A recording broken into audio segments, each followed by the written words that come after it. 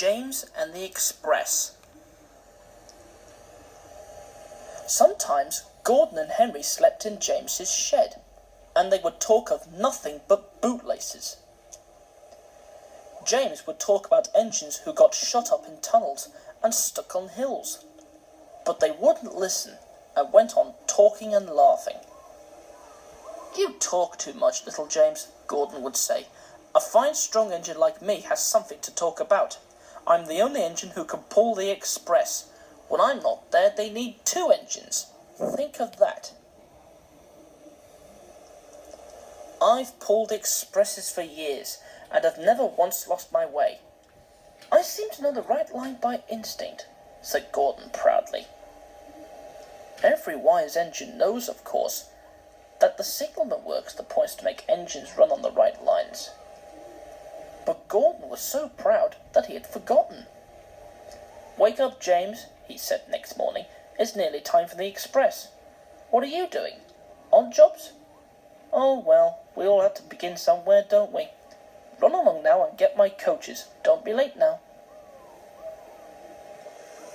James went to get Gordon's coaches. They were now all shining with lovely new paint. He was careful not to bump them, and they followed him smoothly into the station, singing happily, "We're going away! We're going away!" "I wish I was going with you," said James. "I should love to pull the Express and go flying along the line." He left them in the station and went back to the yard, just as Gordon, with much noise and blowing of steam, backed onto the train. The Fat Controller was on the train with other important people, and as soon as they heard the guard's whistle, Gordon started. Look at me now," he puffed, and the coaches glided after him out of the station. "Poop, poop, poop, poop, poop! Goodbye, little James. See you tomorrow." James watched the train disappear round a curve, and then went back to work. He pushed some trucks into their proper sidings and went to fetch the coaches for another train. He brought the coaches to the platform and was just being uncoupled when he heard a mournful, quiet shush, shush, shush, shush. And there was Gordon trying to sidle into the station without being noticed. "Hello, Gordon. Is it tomorrow?" asked James. Gordon didn't answer. He just let off steam feebly. "Did you lose your way, Gordon?" "No, it was lost for me," he answered crossly. "I was switched off the main line onto the loop. I had to go all round and back again." "Perhaps it was instinct," said James brightly.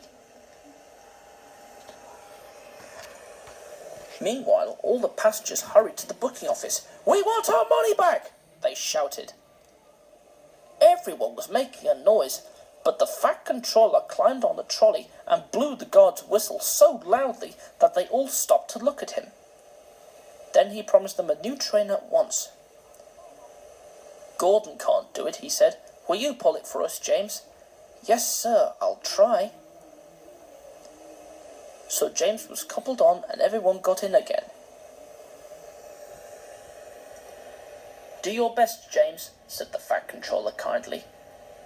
Just then the whistle blew, and he had to run to get in. Come along, puffed James. You're pulling as well, sang the coaches. Hurry, hurry, hurry, puffed James. Stations and bridges flashed by. The passengers leaned out of the windows and cheered, and they soon reached the terminus. Everyone said thank you to James.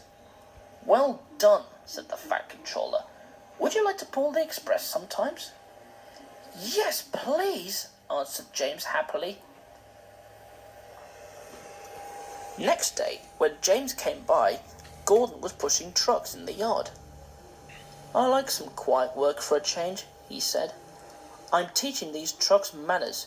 You dig well with those coaches, I hear." "Good, we'll show them." And he gave his trucks a bump, making them cry, "Oh, oh, oh, oh!" James and Gordon are now good friends. James sometimes takes the Express to give Gordon a rest.